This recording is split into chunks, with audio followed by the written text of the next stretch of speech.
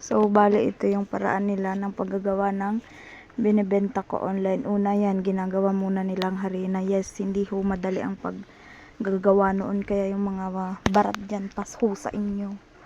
And then, pangalawa ay ilalatag nila sa dahon. Something like that po. Iba-iba ang kulay niya. Super hirap din gawin ito. Kaya, kung gusto mong kumain, bumili ka. Charis. Ayan, ganyan ho ang ginagawa, ilalatag nila sa dahon. Mano-mano po nilang ginagawa yan kaya hindi po madali.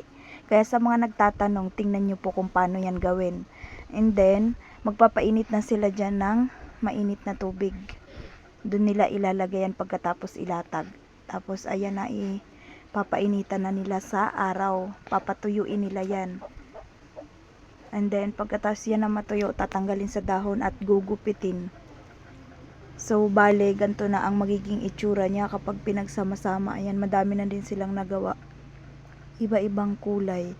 Pwede nyo na yan lutuin. Ipiprito nyo lang ho siya. At then, pwede din lagyan ng cheese powder or ng asukal. So, yun lang. Thank you for watching.